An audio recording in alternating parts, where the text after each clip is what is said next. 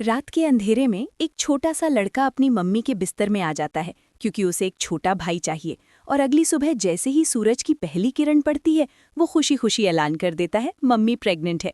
लेकिन भाई इस मोड़ तक आने की असली कहानी तो अभी बाकी है। तो चलो टाइम को थोड़ा पीछे घुमाते हैं और जानते हैं कि आखिर हुआ क्या था। ये किस्सा शुरू होता है एबल नाम के एक लड़के से जो इस वक्त एक साइकेट्रिक हॉस्पिटल में भर्ती है क्योंकि उसकी मेंटल हालत कुछ ठीक नहीं है।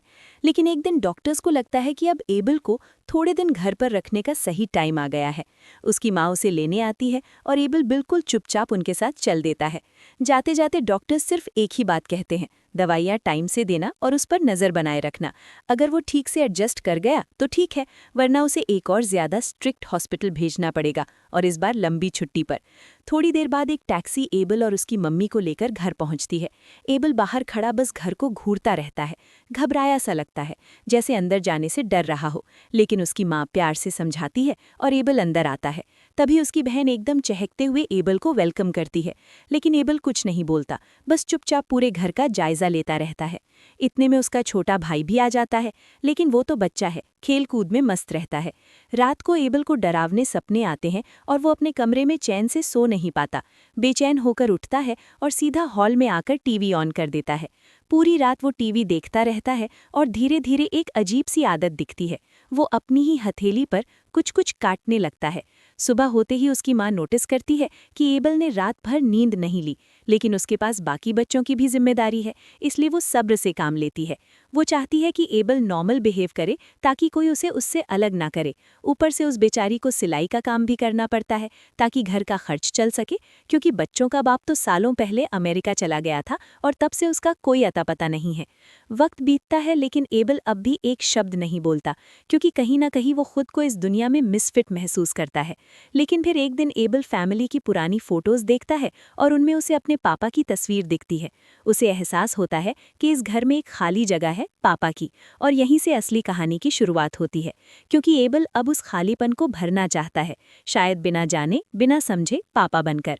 एबल अब अपनी माँ के साथ अपने छोटे भाई की स्कूल मीटिंग में जाता है।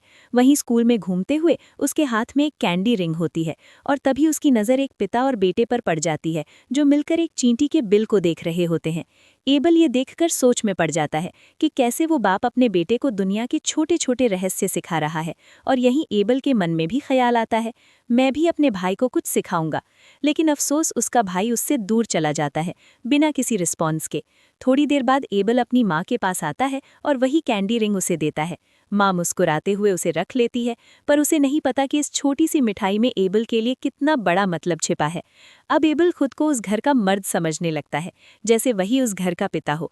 वो टूटी फूटी चीज़ें ठीक करने लगता है, अपने भाई बहन का ध्यान रखता है, और रात को तो सीधा माँ के कमरे में सोने चला जाता है। अगली सुबह माँ अपनी बेटी को कुछ काम समझाती है, लेकिन वो थोड़ी अड़ियल दिखती है। तभी एबल एकदम अथॉरिटी में आ जाता है और अपनी बहन को डांट देता है। सब हैरान रह जाते हैं, क्योंकि एबल अब तक चुप रहने वाला लड़का था और अब वो बोलने लगा है। लेकिन यहीं आता है असली पंगा, क्योंकि घर वालों को उसकी बातों का साथ देना पड़ता है, क्योंकि अगर वो टोकेंगे तो एबल को नुकसान हो सकता है।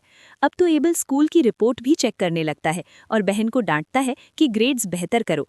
माँ बहन को समझाती है कि थोड़ा समझदारी से एबल का साथ दो, फिलहाल यही ठीक रहेगा।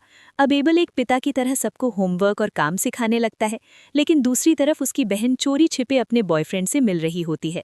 तभी घर आता है डॉक्टर और एबल एकदम मर्दों की तरह उसकी अगवानी करता है। दोनों में बातें होती हैं एकदम बड़े लोगों वाली, लेकिन डॉक्टर को कुछ समझ नहीं आता, क्योंकि उसकी उम्मीदें एबल की माँ से जुड़ी होती हैं। वो चाहता है कि माँ उससे एक रिश्ता बनाए, लेकिन माँ धीरे से उसे टाल देती है और साफ कर देती है कि वो किसी भी रोमांटिक इंटरेस्ट में नहीं है। फिर एक सीन आता है जब एबल अपनी माँ को कहता है कि उसका कैंडी रिंग किचन में छूट गया है, और वो खुद जाकर उसे माँ को देता है और कहता है इससे कभी दूर मत होना। माँ ये सुनकर कुछ पल के लिए सोच में डूब जाती है, जैसे उसे एबल की हालत का कुछ अंदाजा होने लगा हो। लेकिन असली ट्विस्ट तो अभी आता है। एबल को पता चलता है कि कोई बाहर खड़ा है और